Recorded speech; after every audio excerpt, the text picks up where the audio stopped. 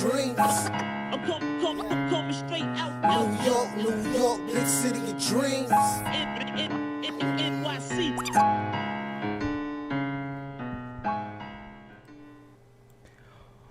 What's going on? This is Jay Ellis from Knick and Time Show here. Give you that Knicks talk just in the nick of time. I'm starting off with the gunshots already because the Knicks are going to the playoffs. First game is coming on Sunday. Knicks versus Hawks. The Knicks have the home court advantage.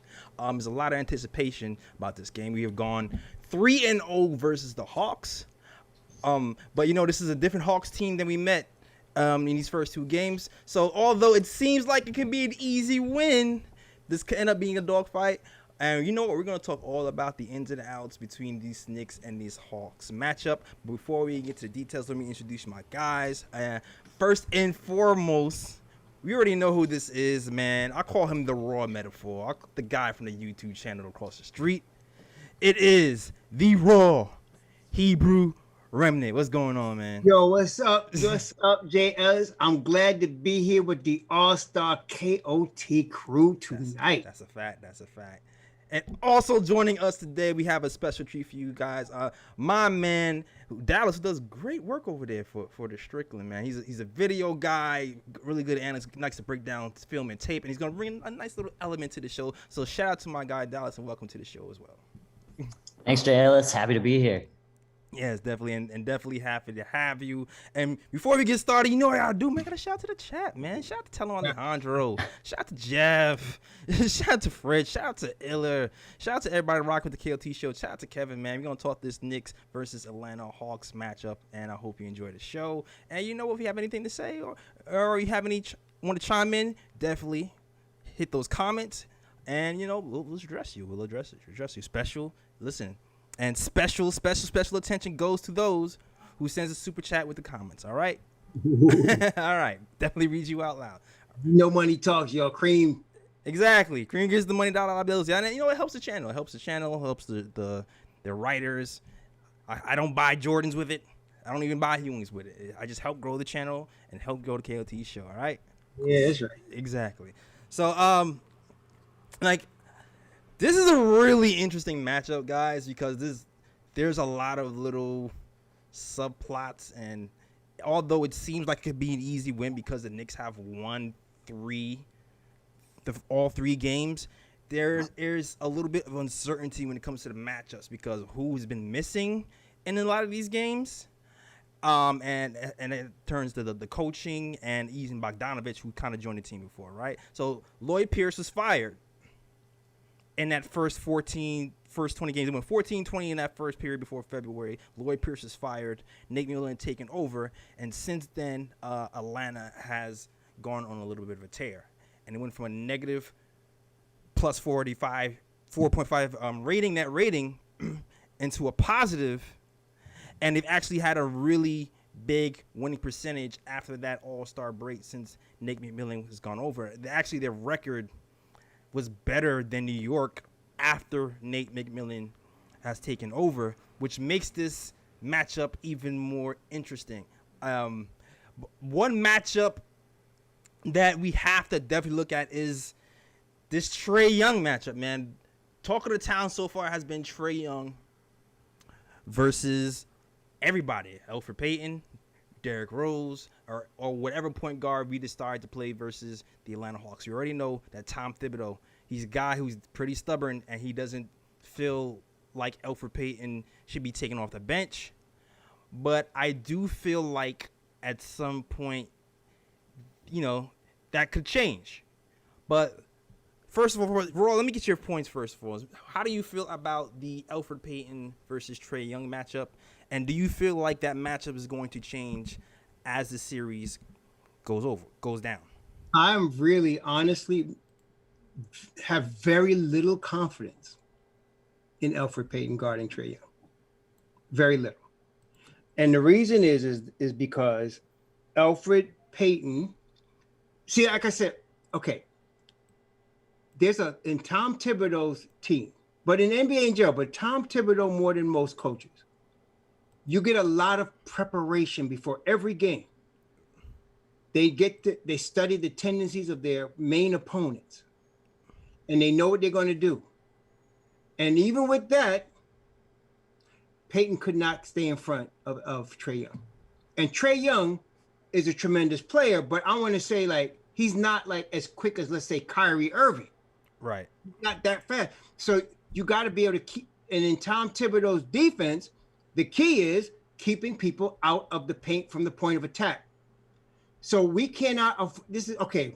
It's going to be 48-minute grind every single game. So we can maybe withstand that. But the problem I'm concerned with is in trying to guard Trae Young, Mr. Payton may put him on the line, or at least commit early fouls that gets them in the bonus early. Right. That hurts. In the playoffs, every foul shot counts, man. So I'm concerned about that. I'm very concerned. And I'm hoping that he has a short leash and Frank Ntilikina is going in there. It's funny though. I do feel like the foul shooting is going to be a point of contention. Trae already, he just averages so many fouls drawn from the jump. I believe he's averaging about 8.7 foul attempts, shot potential game against the Knicks. And that might be no matter who's on him, because truth be told, Raw, Derrick Rose, who I want to start, he's had problems guarding Trae Young as well. Yeah. Trae Young is not an easy cover, but that's why we've been pushing for 4 years now the defensive prowess of one Frank Ntilikina, and that 7-foot wingspan bothers Trae Young. Nah, absolutely does. Dallas, your thoughts on the Trae Young point guard matchup? Yeah, that's what almost all of this I think is going to come down to.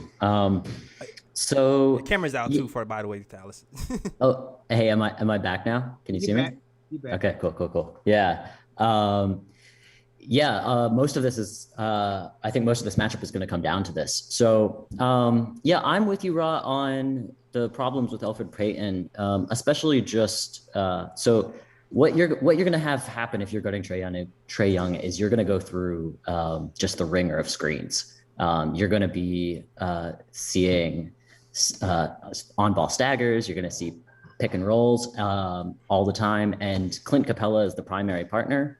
Right. And the man is an incredible screen setter. So he, honed his talents with James Harden, another awesome pick and roll player. And you'll have him changing the direction of the screen, setting a screen, resetting screens. Yeah, the rescreens. And it's really difficult as a point of attack defender to continue fighting over those screens. We have an enormous amount of film on this right now. Alfred Payton is just not good at fighting over screens. I don't know whether it's he doesn't have the flexibility. It requires Frank has the length where he sort of can step over the screener, right. And often remain on the body of the ball handler. But Alfred, almost every single time, and I've watched the recent or the 3 games from this season just in the last 2 days here, and just about anytime a screen is set, and even when one isn't set, the Hawks are really excellent at slipping screens, and they time it really well. But even when it isn't set, Alfred Payton ends up on the rear shoulder of Trae Young, and often with space between them. So in drop and trail coverage, you're going to end up on the back of the point guard, no matter what. That's the designed defense, but you have to stay connected, rear view contest, and fight to get back in front. And we don't see it from Alfred at the level that we need to see it. So I'm with you on not starting Alfred, but I'm not sure whether that's going to happen. No, I know they're going to start him. They're going to start him. I just want him to play, his 10 minutes and get out. That's it. I mean, just 10 minutes and then don't play him anymore. And I can see that happening. Realistically, I know he's going to start, but he doesn't need to play 20 minutes. This is the playoffs, so everybody knows everybody's plays. Okay, everybody knows everybody's plays. So it comes down to the playmakers. This is where you get a Trae Young. This is where you get a LeBron.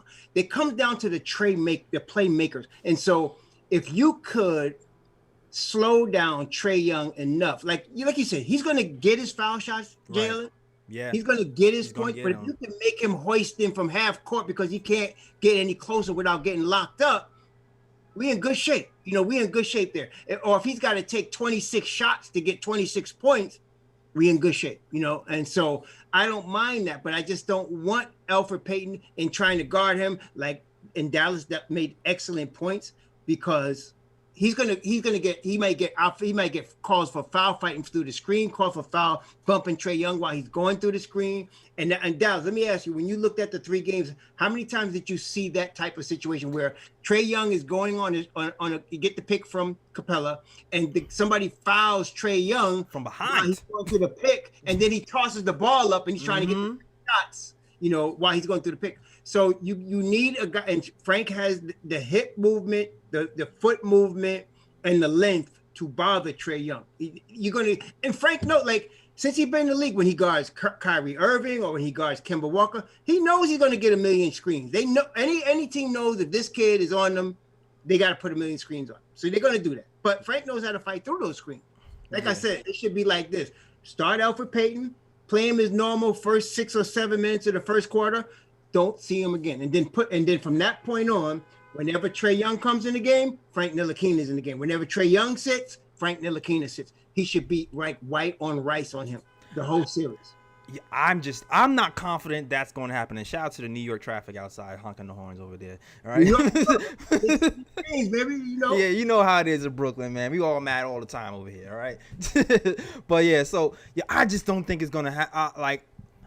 I feel like for Frank to be on Trae full time, it's going to have to be like a massacre happen. And the thing to me is, we all know Tom is stubborn. He's going to start off at least game 1 getting his 15 minutes a game, because that's just been the pattern, and Tom likes patterns. But you already know when the playoffs come, the intensity is up a little bit more. We don't have 15 minutes a game to waste at this point. You know what I mean? Right. So I'm hoping at this point of the season, anyway, he makes those decisions a little bit quicker, and we go more of a, you know, maybe you go with the Alec Burks situation. I mean, a Derrick Rose situation, or maybe not even have, you know, our point guards, because Derrick Rose got clobbered too. Because every time I saw Derrick Rose, listen, Derrick Rose only played 2 games with the Atlanta Hawks, right? There was a game where he scored 8 points in his first game, and a lot of the problems he had was chasing Trae Young around the screens, Trae Young stopping all of a sudden and grabbing the foul. Yes. He killed him with that move like 50 times. The second game, he scored 20 points. But, you know, Trae, he was out by the third quarter. He was able to kick some mojo. So, for me, even with Derrick Rose starting, because, you know, everybody wants Derrick Rose to start, we still have a problem. I don't want him starting. If I was going to start somebody aside from Alfred Payton, I tell you what, I'd start Alec Burks at the point guard. But even if Alec Burks starts at the point guard, my thing is, we can't. Alec Burks is the horse too. We might have to put Reggie on Trae from the rip, or yeah, you might. But see, then okay, but see, you got to guard Bogdanovic. Bogdanovic out of his mind. I mean, I've been watching him catch the ball, twist and shoot from 25 without even looking twice. Like, it's almost like Curry right now. He is shooting the ball at a very, very high level. So in order to short circuit him, you have to short circuit Young. And Frank is our best shot at doing that. You put Frank on him, and I'm telling you, because you can't, it's not like, okay, Dallas, I'm sorry, I cut in front of you, man. It's not like Kyrie Irving. With Irving wants to be the man, and he wants to score the points. You could double him and get the ball out of his hand. He's not going to hit the right open guy all the time. Yeah, no, yeah. Trae Young is going to. Trae Young is going to. Facts. So you got to you cannot double him. You got to have, and we are fortunate that we got Bullock and we got Frank, and they can guard him. So, but with one more thing about Alfred Payton, though, that I don't want to sleep on. Lots of times in the playoffs, the refs let you play a little bit more physical. And that might work to EP's advantage, because the game, because like I said, both teams will know each other's plays backwards. They're not going to run anything we don't know. We're not going to run anything they don't know. It's about the playmakers. And the games are very intense. That's why most playoff games are low scoring.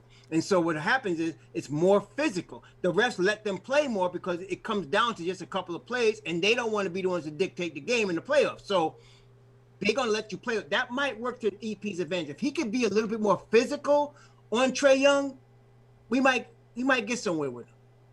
Yeah, you're absolutely right. And the thing is, too, if EP gets out of his head, because the first game that we played the Hawks, EP actually did pretty well. You know, he actually was able to use his size against Trae Young, have Trae work on that defensive end, and cause a little bit of problems just by going to the hole and finishing. He hasn't been finishing at the rate he's been lately, and I don't know if it's in his head or like the Garden fans are in his head, because I was reading something where like Garden fans are heckling him at this point.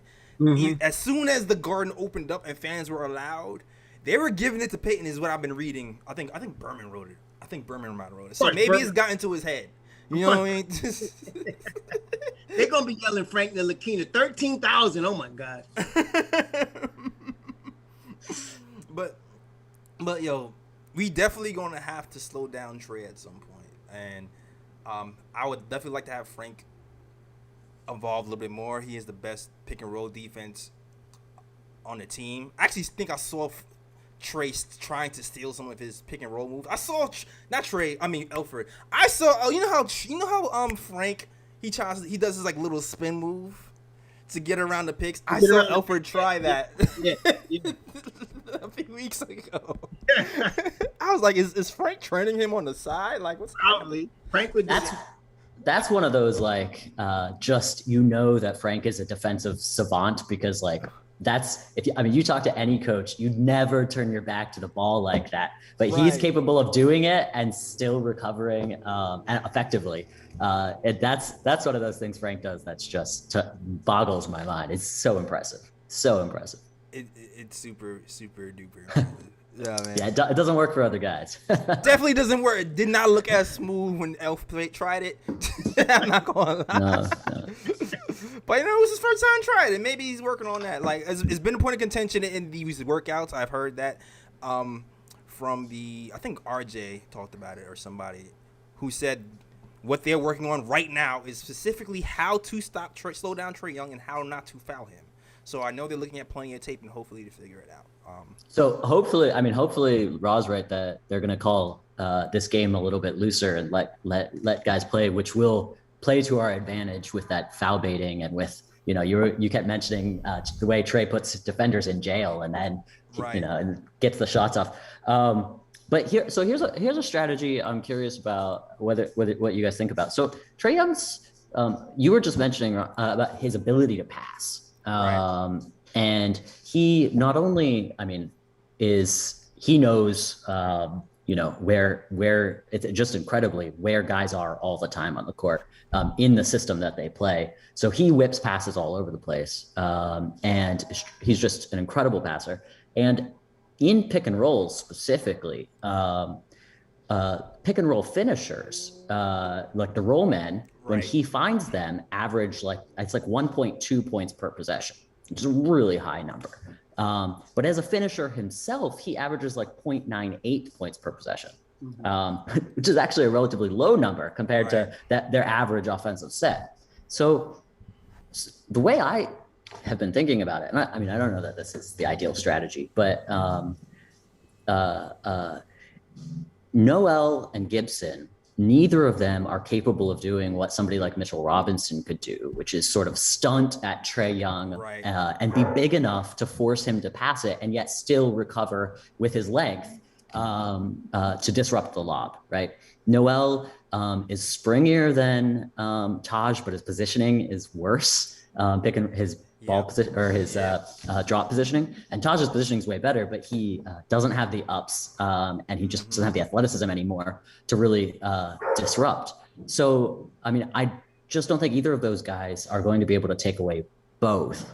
But if you can take away the lob by having the big cheat that way a little bit and sort of egg Trae Young into a finisher and just let him shoot floaters. That's one of the most inefficient shots in the NBA, and he's not been that efficient at them this season. 0.98 points per possession. I'd rather him do that than collapse and try to take away his drives, I think, and I could be wrong with this, and take away his drives at the cost of then exactly what, you were just pointing out, him then picking you apart, finding the open shooters where Bogey isn't going to miss. Kevin Huerter's been shooting. I mean, they have shooters everywhere. Right. John Collins can even shoot, or finding, Capella or Collins on lobs. It's just devastating once you open up passing lanes by over helping. So anyways, that's an idea. I'm curious if you guys have thoughts about that. If you could force him into a contested floater, it would be great. I think that's a great strategy. But the problem is that he gets a step on guys or half a step, and that's difficult. Now you're playing with poison because he'll hit a lot of those, even though even though like you said, he's not a good finisher. He's not a finisher type of guy, but because he's small. But if he starts hitting that floater and they get up 10 because of that, I mean, this is going to be tough, man. So I just really think that we really need to get we are fortunate to have a guy that can really guard him straight up without no help.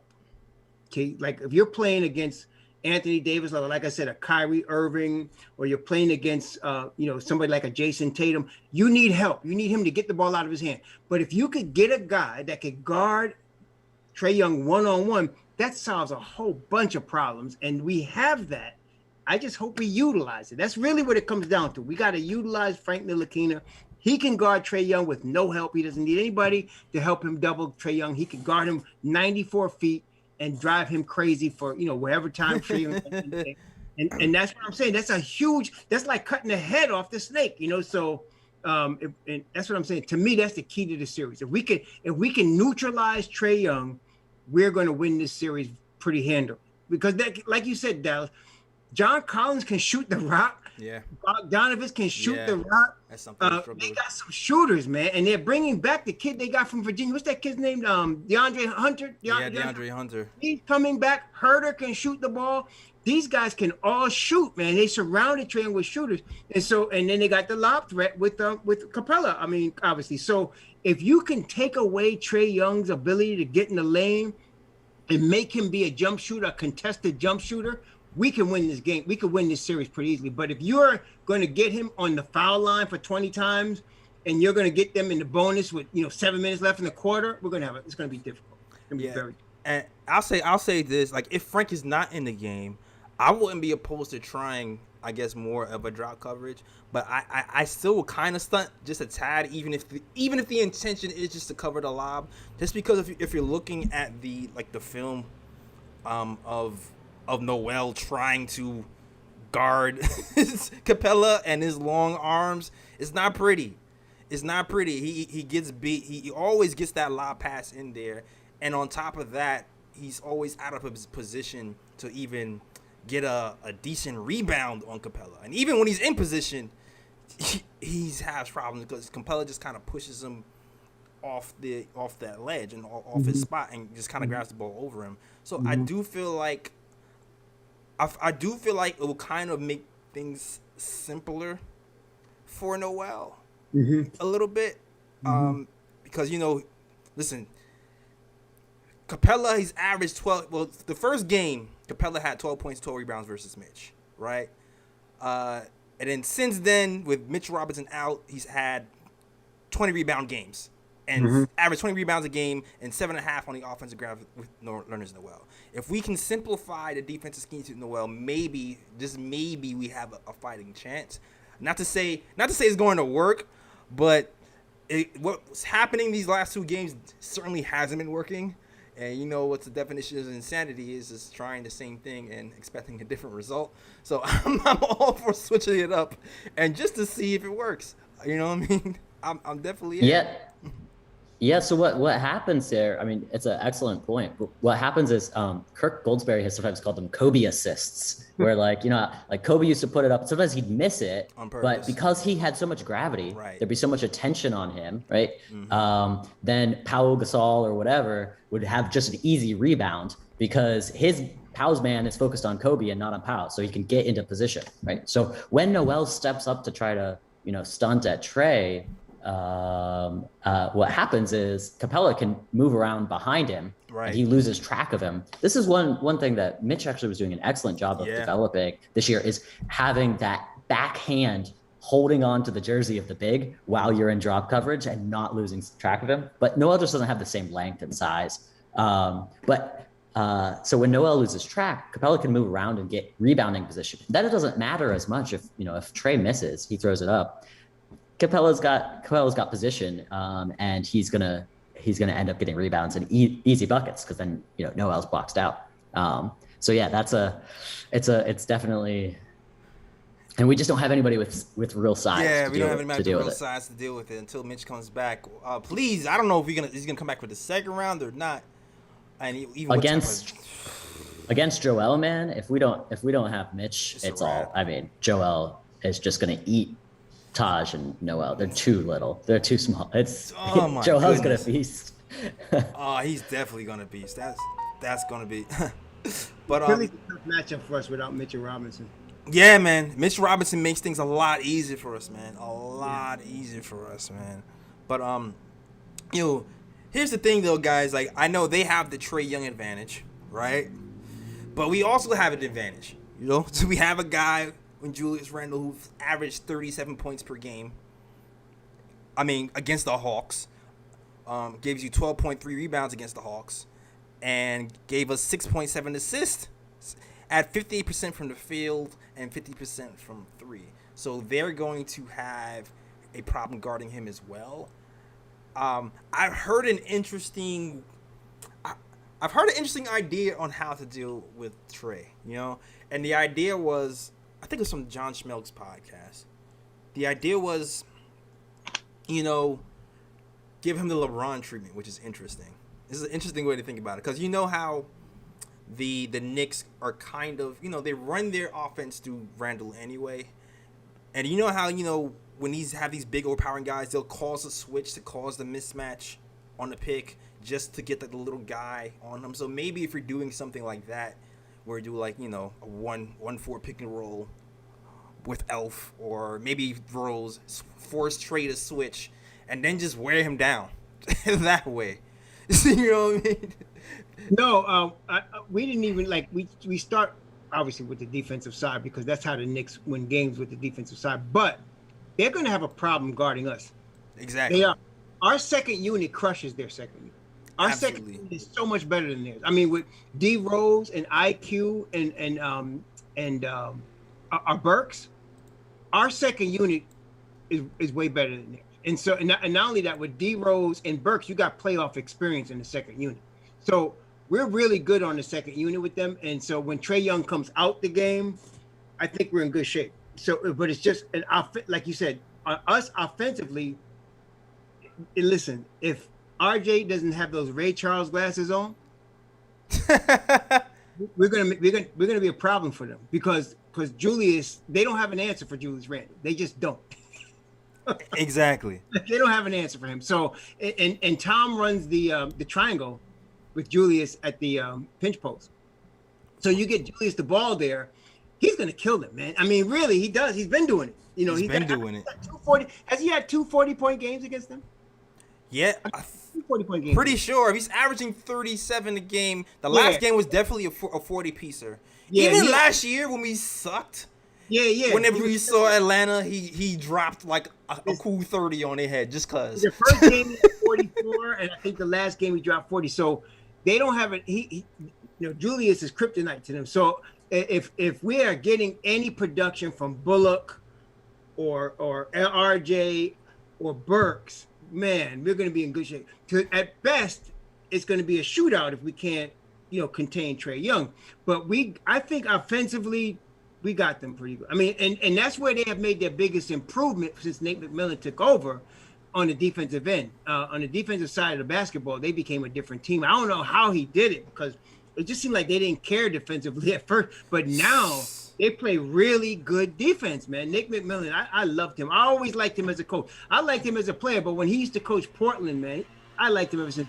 I don't know what Indiana was thinking and letting him walk, but when Atlanta made him the coach, I said, okay, watch Atlanta, watch out, because this guy, he's a coach, man. Yeah, you got something to add to that, Dallas? Huh? I'm on board with the Schmelk strategy you were suggesting. I think not just Julius Randle, but try to get him switched onto RJ too. That's a good point. RJ, it might be a little easier to get him switched onto RJ too because the Hawks are going to fight like hell to not have Trae end up on. And if that does happen, especially if it's Alfred Payton setting the screen. They're going to be happy to sort of abandon Alfred for a second to recover, right? But with RJ, you might be able to get that switch a little easier. And RJ is infinitely stronger than Trae and should be. Yeah, that's and RJ's been doing a really nice job too of taking guys in the post too lately. So if he could get, if he can just back Trae down, that'd be pretty sweet. But yeah, this is like sometimes people have pointed out that like.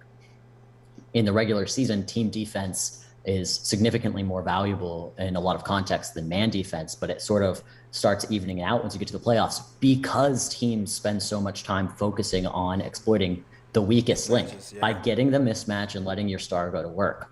So, I mean, I think that's a great idea. One, just in terms of getting good shots, but two, tiring out their best player. And just, I mean, that's another thing that I think if this series is like, 4 or 5 games, you might not see, but if it's a 7-game series, you might see the size advantage the Knicks have. And I think the toughness advantage the Knicks have at a number of positions start to play a role where the Knicks can just, I think they can wear teams down. And I think we sometimes have seen this through the regular season, but after, a 7-game series, trying to deal with Julius Randle, trying to deal with RJ Barrett.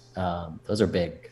Those are big bruising guys. Those are that's an excellent point. That's an excellent point. That's a really good point. I mean, I didn't even think about it. Yeah, RJ, they got a secondary opportunity if they could switch them onto RJ because he cannot handle RJ on the block. He can't do it.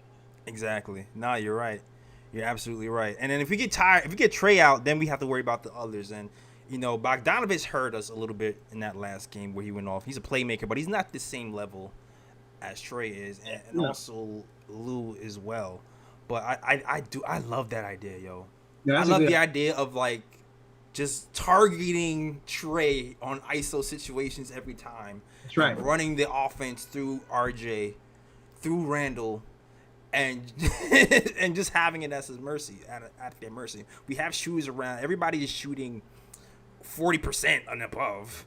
That's right. At that point, if you take Alfred Payton out, I love that strategy, man. I do. And they're going to send doubles. If that happens, they're sending. I mean, they've already been sending doubles against Julius in some of these matchups. Especially, they're not sending them early, or at least they haven't yet. So we might see that, but they usually try to do like Julius. He'll get on the post, and when he turns his head like to do a fake, and then he comes back to the middle of the paint. The defender closest on the guarding a wing shooter, for example, will then be in his face with the double as soon as he turns back to turn to the paint. So they've been sending those like late doubles. But yeah, if you have Trae Young on RJ Barrett or Randle at any point, you can guarantee a double's coming immediately, which should open up things for them as passers if they can make the right reads. Absolutely. I feel like they've been doing some zone on us too, but I don't think it's as smart to do that with us right now, considering the way we're shooting. And we've just seen them all year that, we kind of know how to combat them at this point. So you can't give a steady zone up defense anymore. But I want to get back to something that Raw mentioned before, and that's our advantage with the bench. Because like we said, our bench is so strong at this point, man. We have the 3rd best offensive bench in the NBA. I think a lot of that has to do with Derrick Rose. And also another thing, they have Bogdanovic, right? They have Bogdanovic, and people keep saying that, Bogdanovic is the X factor. He's been torching us. He hasn't played the first 2 games with Nate McMillan, and he's a guy that we have to contest with when it comes to this matchup. But I think what people are forgetting is like the Knicks have Alec Burks, who's only played 1 game with them versus the Hawks in, I think, January, and he scored only 8 points. But that version of Alec Burks is way different than end-of-season Alec Burks, who has a different role, who's playing more of a point guard, who's been more of a closer. So I think you kind of have to factor that in with some of these analysts who say, they got Bogdanovic now. They haven't faced Alec Burks yet as a steady point guard backing us up. So that's something you definitely have to remember. Yeah, because I'm looking at, so they start Trae Young at the 1. They got Bogdanovic at the 2. They got Capella at the 5. John Collins at the 4. And I think they start Herter, right, at the 3. I think they start Kevin Herter. So since Hunter's been injured, I think that's been the lineup. I think Hunter maybe did before. I think. But then they have Lou Williams coming off the bench. They got Lou Williams. They got Solomon Hill, Danilo Gallinari.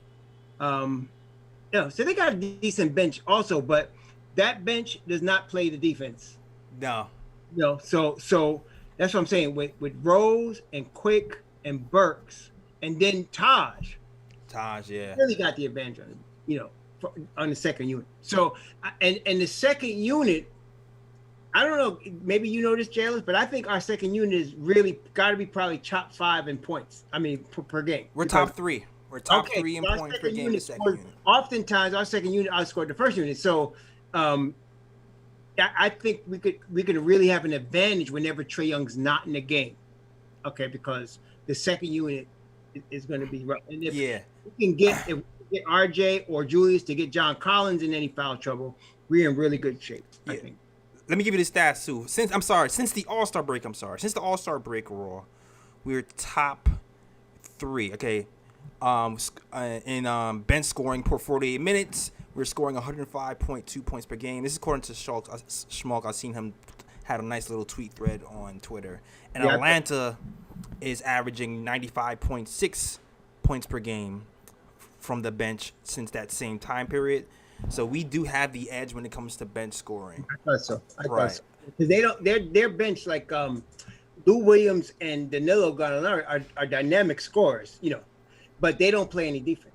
And so we have two-way players on our in our scheme on the bench. Our second unit, we have two-way players because now that D Rose is playing the best defense I've ever seen him play. So he's playing good defense enough to stop a second unit guy, and then IQ plays good defense, and now you got, of course, Taj, and Burks is probably the weakest defender in the rotation. But other than that, we're in good shape, I think. We're definitely in good shape. You know, let me pause the conversation right now. I was so into this conversation, I didn't even realize that people were queued up in the queue.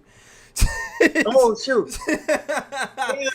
You slipping. You keeping people waiting. Yeah, man. Nah, the conversation was flowing. I was loving the information coming out from the Dallas Raw, from the analysis and the ideas. I was loving it. I was all into it.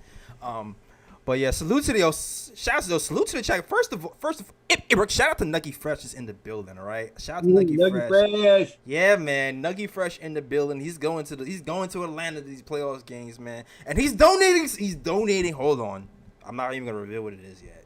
Oh shoot, I'm not even gonna reveal what it is yet. I'm just gonna tell you it's nice. Yo, all right, he's donating a pretty good gift for these Knicks playoffs, in honor of KOT's show. So we will be raffling that off, all right, during this playoff run. So shout out to Nuggy Fresh for donating to the channel and for the cause, and I'm going to let you know what that is. So stay tuned, all right? So shout out to my guy Nuggy Fresh in the building, huge supporter of the KOT show. All right. Yeah. Doing big things.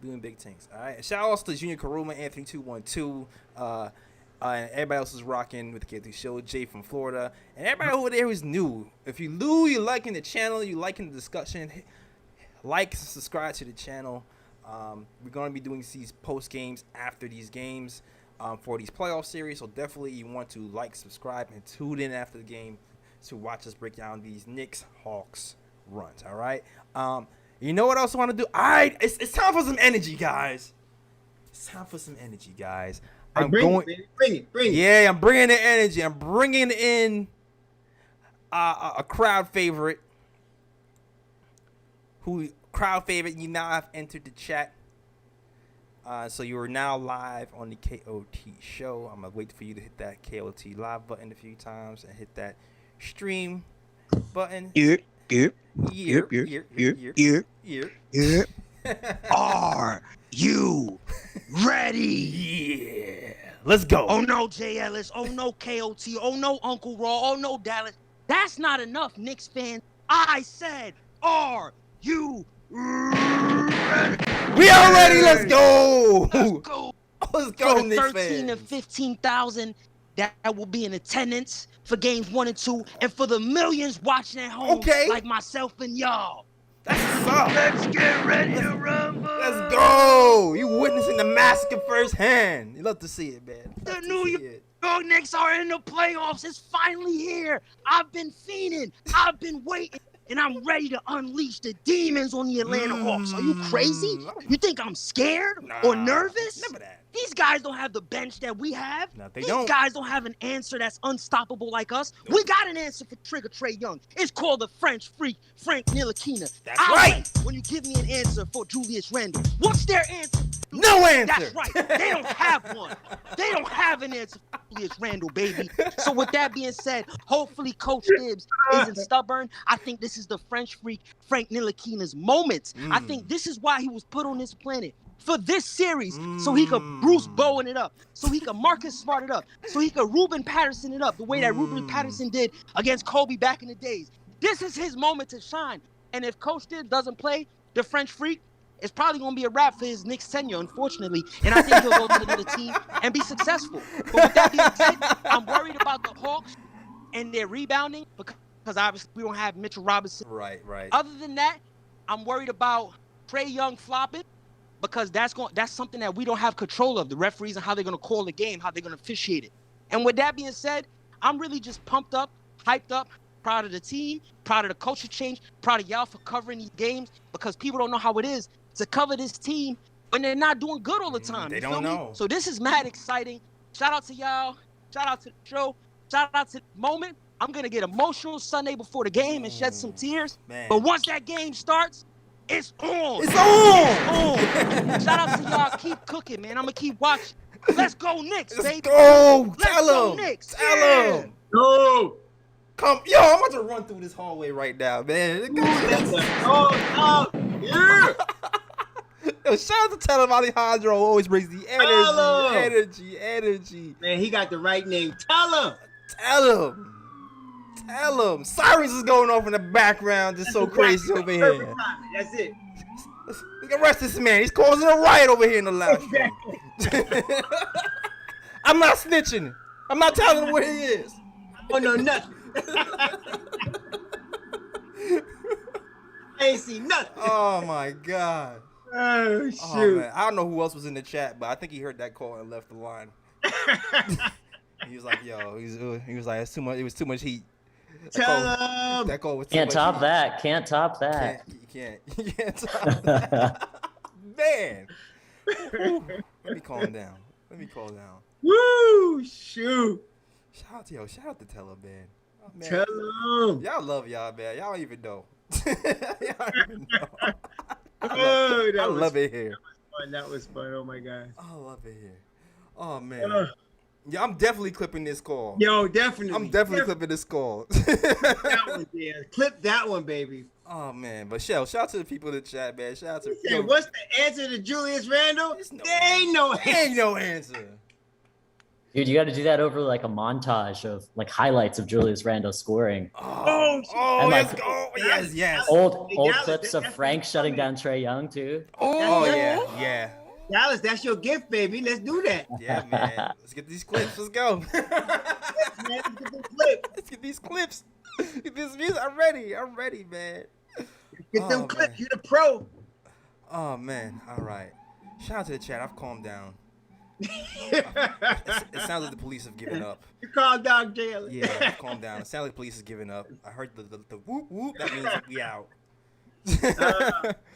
Oh, man. Oh man, I don't even know where to go from this. I don't even know where to go from this. Oh man. All right. Oh, man, tell him. Yeah, boy. Yeah, salute to the chat, yo. Shout out to Grim Reaper too. I see you also in the chat, man. All right. You know what? I want to. You know what? Let me ask you guys a question. Because we already know what the strengths and weaknesses is. What do you feel are the X factors in this game?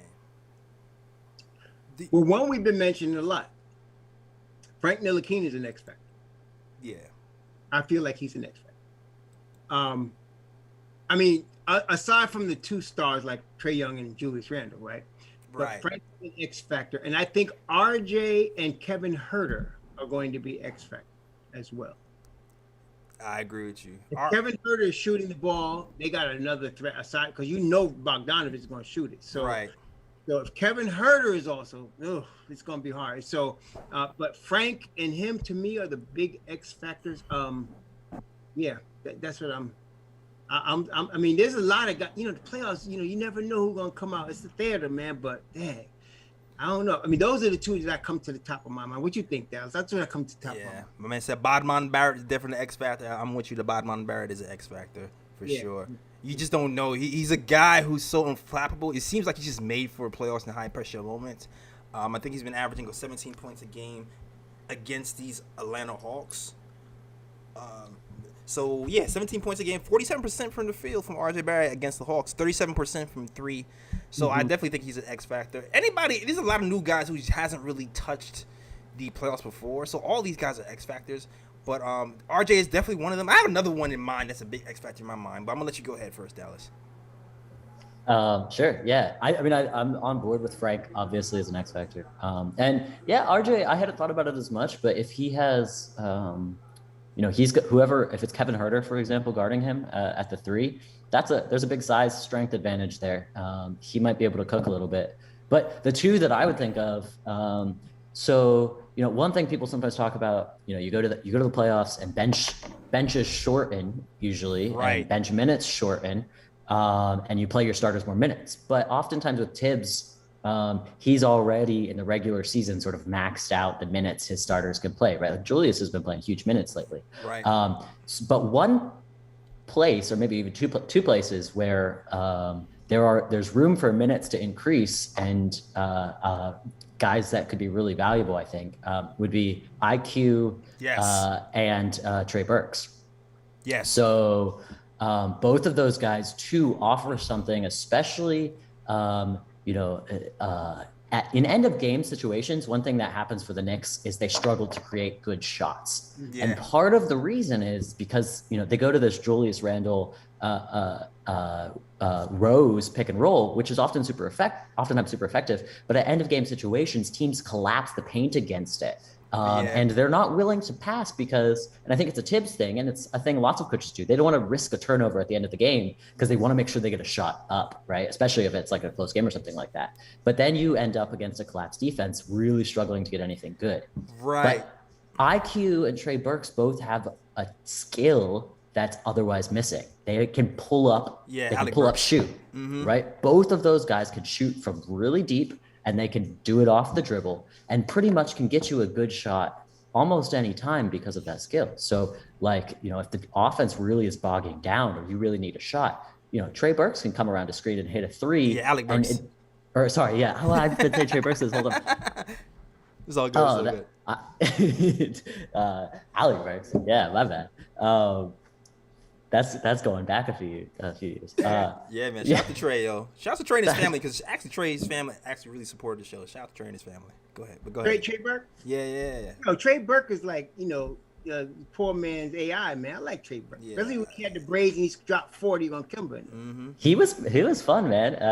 He was like an occasional bright spot in some really dark seasons. But yeah. Alec Burks, my bad. So I think those two guys could be X factors because of that sort of both minutes. There's room for their minutes to go up, and then the schematic thing too, with them being able to get shots in crunch time when maybe other guys aren't going to be able to create. Now I agree with you there. You remember mine when you talked about Emmanuel Quickley, but especially Alec Burks, who's been he's been playoff tested as well. Not like deep playoff runs, but he's tasted the playoffs. His favorite shot is shooting the three straight off the pick. Like, that's the thing he does effortlessly. He knows his spot on the floor. Even his first game back, he went straight to his first shot in the game. He was like, pick, three off the pick. Good. All right off the dribble. I'm like, okay. So in end of game situations, that skill is going to be valuable. And also just IQ's fearlessness, man, is something that just can't be understated. This guy is never afraid of the moment. I feel like IQ is gonna win us a game. I feel like there's gonna be a spurt where IQ just goes off, and we're gonna be like, "What in the hell is going on right now?" Yo, that'd be nice. That'd be nice. Yeah, he's averaging 17 points against the Atlanta Hawks in this series played so far. But he's probably seen extended minutes because it wasn't as much Derrick Rose and it wasn't as much Alec Burks. But he's played well against them. Even defensively, he's played pretty well against them. But also, there's another thing I want to talk about is the way he draws fouls. Like if I'm the coach, I'm watching the way the fouls are being called versus Trae, and if those fouls are being called like that versus Trae, I'm unleashing IQ and I'm telling him, listen, go back to your foul hunting and force him to make that call that way too. You know what I mean? Because you can't just make the foul call on one side of the ball and not call on the other. So I feel like those are guys who we definitely have to watch for sure. I just saw somebody in the chat say EP. He feels like EP can have a good game. I'm like, okay. Hey, keep hope alive. Keep hope alive, man. I'm hoping EP can wake up, man, because we need it. But shout out to you guys. Yo, okay, I see Fritz is in the chat. I see you, Fritz. I'm gonna bring you into the chat real quick. You gotta bring Fritz in the chat. Man. Yeah. I saw him on the stream. He's like, yo, I got something to say. I want to get in the chat, so I'm bringing Fritz back in this chat. Yo, Fritz, you are now live on the KOT show. What's going on? Hey, man? what's up? What's going on? What's going on? Yeah, I just wanted to talk about the point guard situation. We were talking about Alfred Payton earlier, and Alfred Payton's such an emotional player. Like it's a double-edged sword.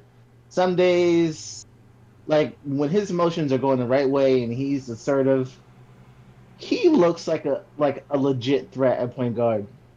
And other times when he's unfocused, like he's a disaster. Right. And our first game, 15,000 in the seats. I'm not sure which way Alfred Payton's gonna go. Yeah. So that's my fear. Is 15,000 in the Garden. Emotions are running high. First playoff game. Alfred Payton, I don't feel good about that first few minutes of the game. Frank, the other thing is Tom hasn't really been working Frank into that lineup, so I'm just like, okay, is he really going to do this? Is he really going to give Frank, enough playing time? So, that's my first point. Also, I think this is going to be a huge IQ opportunity. This is what he's made for. Like one of his comments in the beginning of the year that just shocked me is when he had a good game and they said, "Oh, weren't you just scared in the moment in the Garden?" And IQ's response was, "I played in bigger crowds in Kentucky." Yeah. I remember he said that. And I'm like, what? Like this guy is different, man. Yeah, he's a different type of player. I think this could be his moment. This could be his Sam Cassell moment. Yeah, and if you're old enough like me, Sam Cassell, his rookie year really wasn't really. You really didn't know who this kid was until the playoffs, and then the politics go out the window. Like if you play good, you stay in. Yeah, it's not about hey, you're a rookie. We got to groom you. No, if you play good in the playoffs, you get minutes. I think so. And the IQ should know that. Yeah. And he should be looking to seize the opportunity. So I'm really excited for IQ. I think he's gonna do something because he's been working on that little that 4-point shot. Yeah. And that's gonna be available. That's gonna be available all day. Oh, absolutely. I definitely agree with you. And Tom is so competitive. That's why you really got to watch this Alfred Payton situation real closely because Tom is so competitive. I can see him starting to not give him as much grace on that side of the ball as he usually does. So I can see him playing IQ more, or maybe even playing Frank more. But the thing about Frank, and I love Frank has to stay in the moment. Like, because you already know we're game planning to stop Trae Young. They're game planning to stop Julius Randle, and they're going to try to make somebody else beat us. So if somebody else is on that floor who's afraid to shoot, who's afraid to make a move, they're going to lay off of them and force them to make a move. So Frank has to keep that aggressiveness that he's shown in these last few games. Hey, listen, if he wants to stay in the game. let me just say something right now. Y'all got to remember now, there's FIBA Frank. See, Frank is a playoff. Frank was just missing a good team. He's a guy, I'm telling you, he's built for this. This is where you're going to see the best of Frank in a playoff situation on a good team. He's built for this. He's not built for spot minutes against meaningless teams and a losing team. No. Put him out there when the game's on the line in front of 15,000. Frank is a playoff performer, and you're going to see that. Watch. You're going to see that. This is where he's going to be his best. Absolutely. Yeah, I hope so. Absolutely. Yeah, I'm really excited. I got that nervous energy, but I'm feeling good. And if they do, I'm pretty sure they're gonna start Elf. You might see that 3-minute hook. I think so, man. I think so, man. If the Garden is buzzing like I think it's gonna be buzzing, I don't think Elf is gonna start good. No. I don't think so either. You know, this is Elf's first playoff series as well, so he might just be just as nervous. But you're absolutely right about that. I'm not sure if he's going to start well, if he's going to be in the game, and even if the Garden crowd is going to be kind, you know, all that can play a factor. Yo, shout out to you, Fritz. Thanks for hopping on the call. Yo, Sure, no problem. All right. See you later. Yo, Joey, the line is open. I'm gonna close it after. If Joey wants to come in, I'm gonna close the show after Joey gets on the call. Cause I know you said you wanna to jump in. Just click on that Discord link real quick, and then we'll have you in and can say what you got to say. All right, Joey. Yeah, cause I already covered everything I really wanted to cover. The only other thing is, like you said, you mentioned the bench. I'm really curious to see what happens with Obi Toppin, who's been getting 10 minutes a game to give Randle rest. I wonder if we're going to even crack the glasses to get Kevin Knox some minutes. But, you know, since Obi Toppin's been hitting that 3 lately, maybe he gets more burn. Who knows? You're going to see some Obi. You're not going to see Kevin Knox. There's no way. You're not going to see him. He's going to be with the Argentine guy. Bruh. And I love Kevin Knox. Don't get me wrong. I'm just telling you, this is playoffs, baby. No, you're right.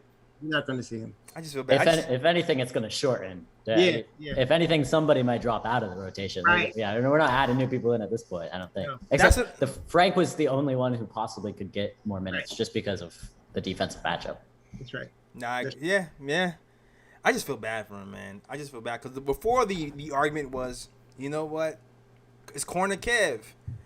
If Corner Kev can hit you threes, give you threes, and give you spacing, then why not have Corner Kev in there instead of Obi Toppin? But now Obi's starting to hit threes, so we'll see. Yeah. And he's playing defense a little bit too. Kevin's around because of that Kentucky blue, baby. Yeah, you already know. You already know what it is. Yeah. All right, Joey. I see you in here, man. Joey, you are now a part of the stream. All you gotta do now is hit that KOT live button a few times, Joey, and then also hit that watch stream. If you want to hear Raw and Dallas as well, just tap their faces right there where you see the little faces, and you'll be able to hear me and them. All right. How's it going, Joey? All right. What's going on, JLs? Can you hear me? Definitely. Loud and clear, sir. Oh man, I'm excited, dude. Yeah, man. First of all, tell me your name. Where you from? Tell me your name. Where you from, sir? My name is Joey, and I'm from Atlantic City. There you go.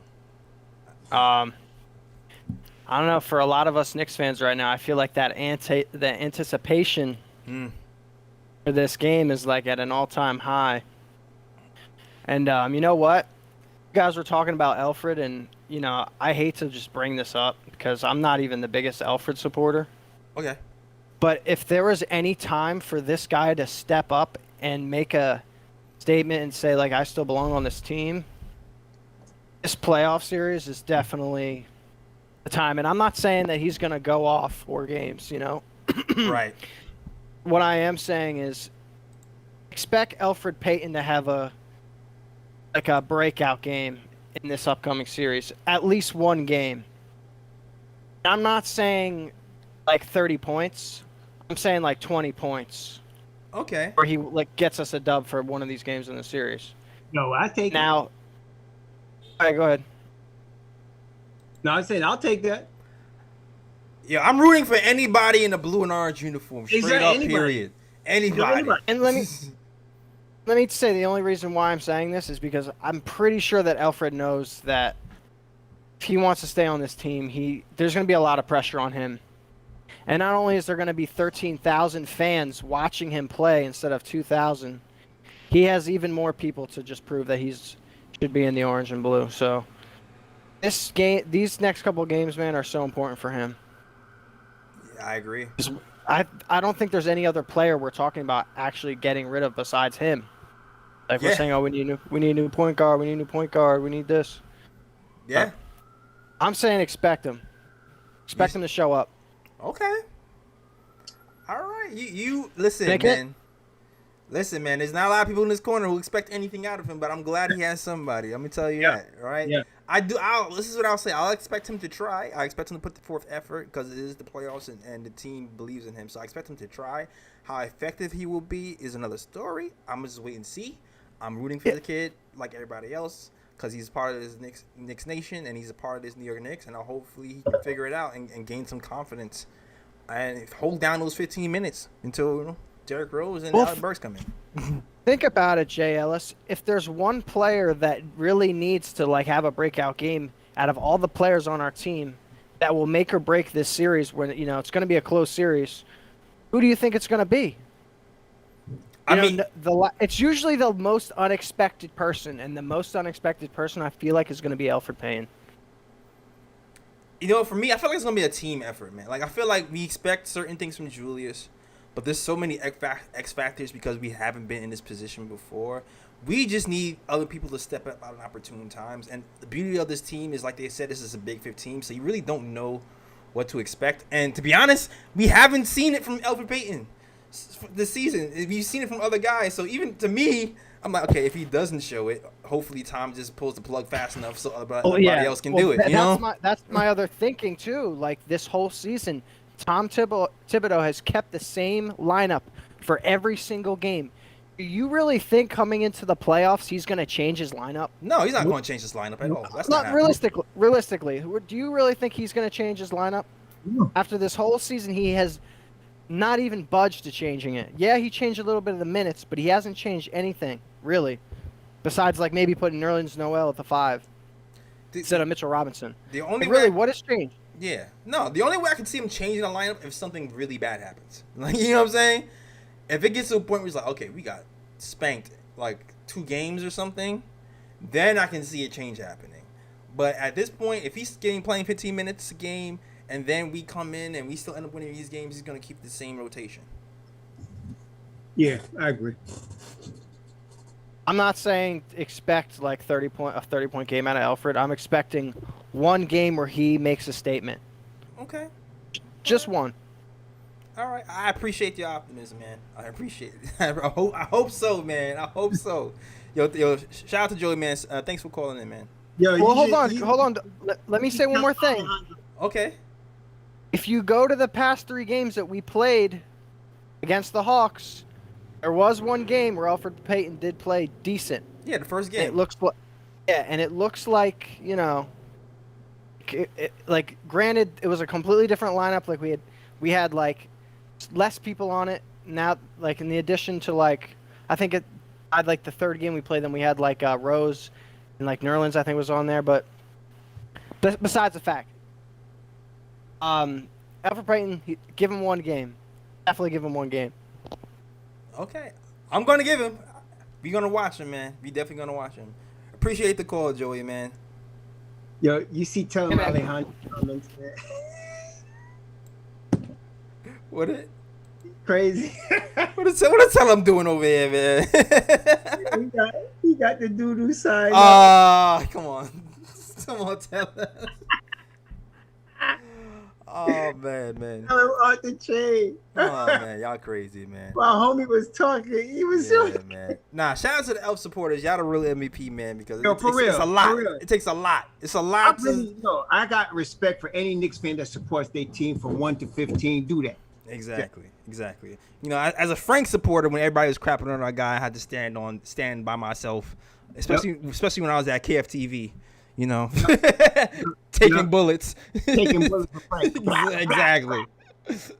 You gotta stand there with your guy if that's your guy, so you gotta respect it. All right. Exactly. But yo, that is our show, man. Let's see. Is there anything else you guys want to mention? I feel like we talked about everything under the sun. I think we covered. Well, one more minor thing. Well, it's not really minor. The Knicks have to win game 1 to keep home court advantage. Facts. Yeah, so it's very important this game. I'm no pressure, but No they got pressure. to win the game 1 to keep the home court advantage, man. Got to do that. So that's another reason this first game is extremely important. I'm glad there's going to be at least 13,000 in the Garden. Absolutely. And like you said before, Raw, of course, you know, we want to keep home court advantage, but also Atlanta is like a second home because you already know New York is going to be up in there heavy. Orange and blue. Home games, man. We're gonna be playing home Exactly. games. Home games in Atlanta. Exactly, and I already seen. I seen Nuggy Fresh talking about going to Atlanta and watching those games over there. So it's gonna be New Yorkers flying from New York to Atlanta just to watch. Do you know how many fans they're letting in? I'm not sure. Yeah, how many? Yeah, that's a good question. I'm not sure how many fans Atlanta is letting in. They're probably gonna limit them because they don't want too many New Yorkers. Exactly, but Atlanta's been open. That's the thing about Atlanta. Atlanta, you know, everybody else is going through lockdown and stuff. Atlanta's been chilling. But I know at this point I saw something that Berman wrote that says that the New York Knicks are allowing the most amount of people in the arena out of anybody in the NBA so far. So less than ours. Yeah. All right. That is our show, guy. If you love the show, all you can to support the channel, you can definitely like, subscribe, and share the channel. Also, super chats, PayPal, and Cash Apps are also welcome. It doesn't go into my pockets. It helps grow the channel, helps grow the show, helps pay the writers, help keeps the lights on, etc., etc., etc. Also, helped Raw get a camera, new camera for Raw. Yeah. Woo-hoo. I'm gonna get you like a ring light, Raw. It's gonna be a whole nother. No, but I got a camera. You got the log. No, I'm gonna get you the ring light. So you see how the shine on my. You see how it's like. I'm gonna get you. Okay. Yeah. So you can be shining on that. You can really shining on. You can see the pixels on the camera. After that, you be good. Ellis treating me like royalty, man. Man, you KOT fan, man. That's how we do it. KOT fan. That's what we do. I'm about looking out. That's what we do, KT fan, man. That's what we do. All right. Out. Yeah, but salute to the channel, man. And yeah, just plug yourself, Dallas. Where they can find you? Yeah, you can find me at the Strickland. Probably most of you guys know about that, but I haven't written too much. I wrote mostly during our terrible years, and then I've just gotten super busy, and now we're good again. But I should have a piece coming out this weekend that with Benji, who was on KOT show the other day, specifically focusing on like the Hawks offense sets they like to run. And he's going to have some stuff about like defensive strategies to combat that. So yeah, look out there and definitely support the KOT show. As somebody over at the Strickland, I know you don't make money doing it, but it's a lot of work. So like, Facts. JLS does so much and good work. So if you appreciate it, definitely. Yeah. Facts. And I still have you. Look him up. Yeah. I still have you on the radar, Dallas, for a collabo. I just noticed things been getting in the way. That's why I really haven't hit you up yet, but I still have that on my radar. I'm just letting you know. I haven't forgot about that. We gotta do some stuff. I've been busy as heck, but we gotta do some shit. Yeah, you still on the radar. Trust. All right. All right. Let them know where you from, Raw. If they don't know, if they don't know by now. Raw Hebrew Remnant on YouTube. Raw Hebrew Remnant on Twitter. Actually, it's Raw Hebrew on Instagram. Not that I look on Instagram too much. And then Raw Hebrew repping Knicks Nation on Patreon. Yeah. Got Patreon dough. Yeah. Exactly. But that money goes to, actually, I'm sending that money to the Philippines. One bag of rice feeds a family of 4 for a month in the Philippines. So, that's what's up. Whenever I get that money, I send it out there. That's what's up. So you supporting a cause in the Philippines. That's what's up. Yeah, in the Philippines. Then there's our boy Timothy Revelle that was murdered in Colombia. Oh man, shout out, man. This is why you gotta love Knicks Nation, man. They're always about the cause and everybody else, man. Shout out to Knicks Nation, good, and definitely join the Patreon for a good cause as well. All right, yeah, and that is our show. You know where to find us. You can find us on the KOT Show on Twitter. You can also find us on the Nick of Time Show on Instagram and Facebook. We're inching close to that 10K followers on Instagram, man. That's gonna be a nice little stat for us. Just a little swipe up feature. So definitely follow us on Instagram. Also, check out the blogs too as well. I'm about to unleash another writing from Mikey, who's gonna write about the playoff matchup with the Knicks. I'm gonna release that tonight. And yeah, definitely follow us at nickoftimeshow.com. And I know you also you have to get. Listen, man. Gotta get the snapbacks, man. Get these snapbacks popping, bro.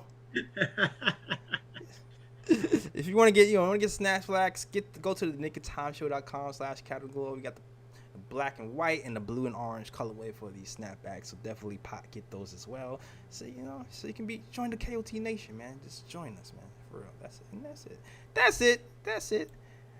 That is our show, man. Great show, guys. I really enjoyed this. I really enjoyed this show a lot. I really enjoyed this show. Yeah. Top to bottom, tell Alejandro to the analysis to the Raw Dallas combo. I like this whole.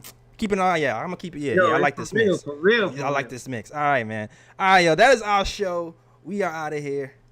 Peace. Oh wait. And as always, shout out the World Wide West. Everywhere we go, we leave a worldwide mess. It's a mess out here, man. All right. Whose man is that?